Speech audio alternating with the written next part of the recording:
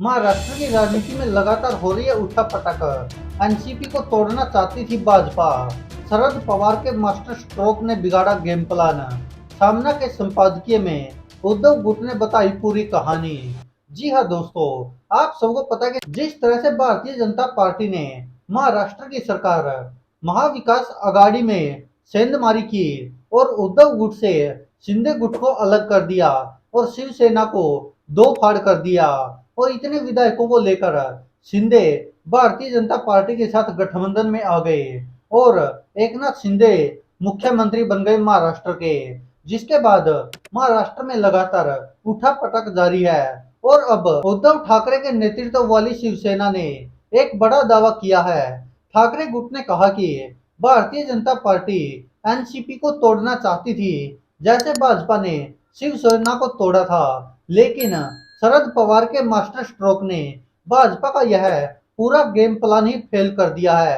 Party के मुखपत्र सामना के संपादकीय में सोमवार को शिवसेना ने कहा, भाजपा ने शिवसेना को बांट दिया।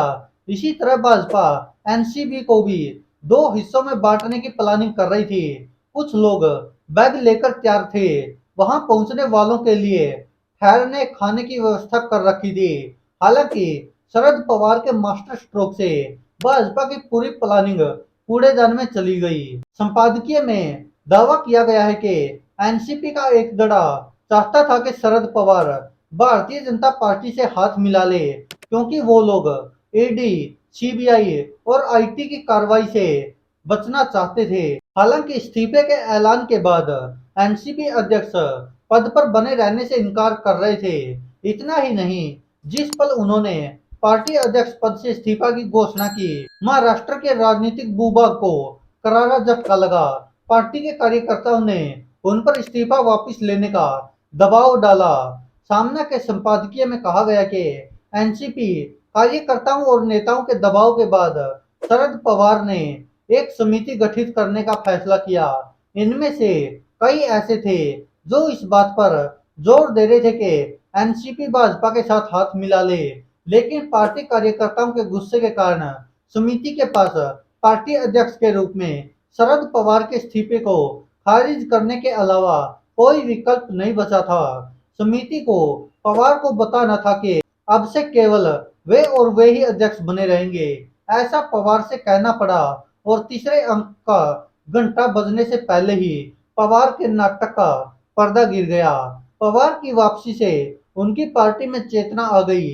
राष्ट्रीय स्तर पर विपक्षी पार्टियों के गठबंधन ने भी राहत की सांस ली। संपादकीय में यह भी दावा किया गया कि शरद पवार के पास अध्यक्ष पद बने रहने के अलावा कोई विकल्प नहीं था। उन्होंने कहा, उसी समय इस आयोजन से पवार को यह समझने में मदद मिली कि उनकी पार्टी किस तरफ जा रही है। शरद पवार ने कहा कि जो लोग राकांपा को छोड़ना चाहते हैं वे ऐसा कर सकते हैं, वह उन्हें नहीं रोकेंगे। इसका मतलब है कि जो लोग जाना चाहते हैं उन्हें कम से कम अस्थायी रूप से उनके रास्ते में ही रोक दिया गया है। हालांकि भाजपा के रहने खाने की सुविधा अभी भी बनी हुई है। आरोप है कि भारतीय जनता पार्टी लोकतांत्रिक तरीकों से चुनाव जीतने में विश्वास नहीं करती है। उसमें अपने दम पर चुनाव जीतने की अक्षमता नहीं है। यह ईडी, सीबीआई और आयकर विभाग का इस्तेमाल करना चाहती है और अपना राजनीतिक खेल खेलना चाहती है।